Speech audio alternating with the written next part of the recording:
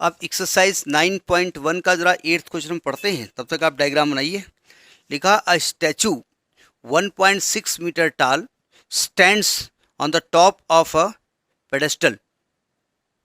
From a point on the ground, the angle of elevation of the top of statue is 60 degree, and from the same point, the angle of elevation of the top of the pedestal is 45 degree. Find the height of the pedestal. एक pedestal के शिखर पर 1.6 metre ऊंची मूर्ति लगी है। भूमि के एक बिंदु से मूर्ति के शिखर का उन्नयन कोण 60 डिग्री है और उसी बिंदु से पेडेस्टल के शिखर का उन्नयन कोण 45 डिग्री है। तो पेडेस्टल की ऊंचाई ज्ञात करो। पेडेस्टल सुना है कभी आपने? पेडेस्टल हिंदी में ही पेडेस्टल लिखा हुआ है, सुना है आपने? कहाँ सुने हो? पेडेस्टल फैन होते हैं, सुने हो? नहीं मालूम? पेडेस्टल फैन नहीं जानते हो? अरे ले, फर्राटा वाला जानते हो? डंडे वाले, उन्हीं तो पेडेस्टल कहते हैं। तो पेडेस्टल, वो जो डंडा होता है उसको पेडेस्टल कहते हैं, उसके ऊपर पंखा लगा होता है। भाई जैसे छत में लगा दिया गया तो इसको सीलिंग फैन कहते हैं, रूफ फैन क्यों नहीं कहते हैं? हाँ, रूफ ऊपर होती है, जो ऊपर का भाग रूफ होता है, नीचे का भाग सीलिंग होता है, इसीलिए इसको सीलिंग फैन कहते हैं। टेबल में रखें तो टेबल फैन होता है, वॉल फैन हो जाता है। तो जो डंडे में लगा होता है वो पेडेस्टल होता है। तो एक पेडेस्टल है, उसके ऊपर एक स्टैचू बना हुआ है, यानी कि ये ए बी एक पेडेस्टल है। ए बी एक पेडेस्टल है, ये पेडेस्टल का बॉटम, ये पेडेस्टल का टॉप। जानबूझ कर बदतमीजी की। कैसे? स्टैचू ये लगा हुआ है। अब सिंपल बात है, स्टैचू का ये सर होगा, सॉरी, ये सर होगा, ये पैर होगा। उल्टा भी हो सकता है, स्टैचू उल्टा ही बना हो सकता है, लेकिन फिलहाल मान लेते हैं, ठीक है। और ग्राउंड पे हम हैं, ठीक है। तो यानी कि ए बी आपका पेडेस्टल हो गया। ए बी क्या है? ए बी है पेडेस्टल। पेडेस्टल हिंदी में भी पेडेस्टल लिखा है इन्होंने जानबूझ करके, जिससे उसकी हिंदी नहीं मिल पा रही होगी। डंडा लिखें, का लिखें, का ना लिखें। और बी सी आपका स्टैचू हो गया। और स्टैचू को इन्होंने मूर्ति लिखने की कोशिश की है, तो अलग बात। स्टैचू की स्पेलिंग क्या है? STATUE, STA। अब पता नहीं हम इसको स्टैटू क्यों ना पढ़ें, क्या बताएं। BC एक स्टैचू है और ग्राउंड पे पॉइंट डी है, थोड़ा ज़्यादा नज़दीक बन गया है, हाइट ज़्यादा हो गई है। तो लिखा है 1.6 मीटर टाल स्टैचू है, यानी स्टैचू की जो हाइट है उसको अगर हम h मान लें तो ये 1.6 मीटर है, और पेडेस्टल की हाइट हम y मान लेते हैं, जो कि निकालनी है आपको, ठीक है। तो कहते हैं from the point on the ground the angle of elevation of the top of statute. Statue का जब टॉप देखा गया, ये टॉप देखा गया, तो कितने एंगल से आंख को उठाना पड़ा? 60 डिग्री। अब ये बॉटम ऑफ स्टैचू भी है और टॉप ऑफ पेडेस्टल का ऊपरी भाग है और स्टैचू का लोअर भाग है, तो दोनों बात आपसे कह सकते थे। तो इन्होंने कहा कि the angle of elevation of the top of pedestal बोल दिया।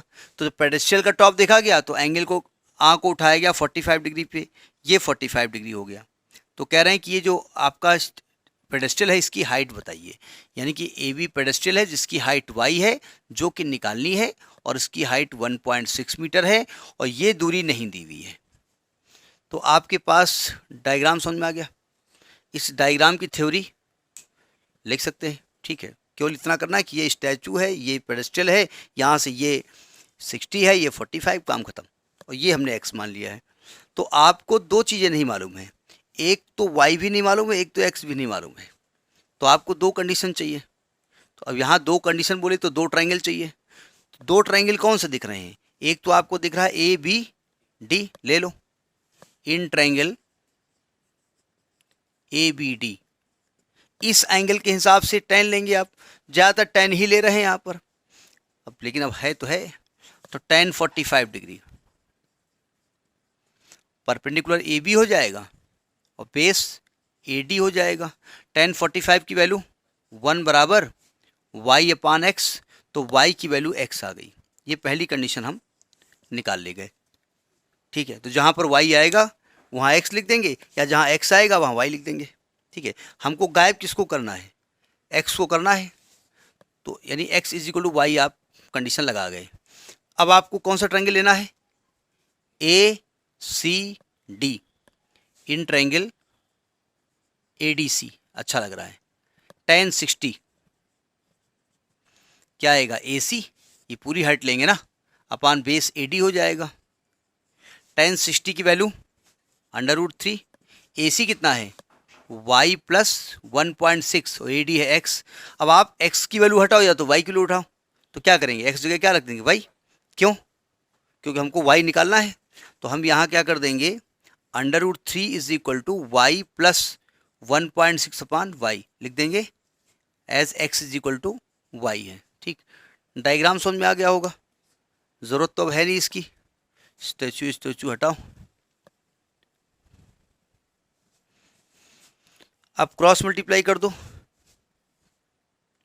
तो आएगा √3y is equal to y plus 1.6, y को इधर ले आओ, √3y minus y is equal to 1.6, यहाँ से y common, √3 minus 1 is equal to, तो y की वैल्यू कितनी आएगी 1.6 अपान √3 माइनस 1।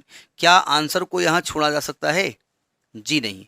आपको साफ साफ कहा गया है कि कभी भी डिनोमिनेटर में, हर में आप रूट वगैरह नहीं हटा रखेंगे। तो क्या करेंगे, इसके कॉन्जुगेट से, जिसको कि हिंदी में संयुग्मी कहते हैं, उससे मल्टीप्लाई कर देंगे, √3 + 1 से ऊपर नीचे मल्टीप्लाई कर देंगे, तो ऊपर आएगा 1.6 इंटू √3 + 1 अपान, यहाँ लगेगा a minus B, a plus B, A² minus B² and 3 minus 1, यानी आएगा 1.6 और आएगा √3 + 1 अपान 2, तो 0.8। अब मुझे लगता है ये आंसर रूट के टर्म में नहीं आ रहा होगा, एक बार चेक कर लो, फिर हम इसको कैलकुलेट कर दें। बिल्कुल पगलट आदमी है, रूट के टर्म में ले रहे हैं, इसका हम तो ये स्टूडेंट से कुछ करवाने नहीं चाहते हैं। 0.8 √3 + 1, अब आ रहा तो अच्छी बात, लिख दो मीटर। जनरली अब चूंकि ये डेसिमल में है और ये तो ये अच्छा नहीं लगता ना, ये तो पूरा डेसिमल में होता, तो √3 को 1.732 रख करके लग लेते, लेकिन दिया है तो ठीक है। तो ये आपका पेडेस्ट्रियल की ऊंचाई हो गई। ठीक।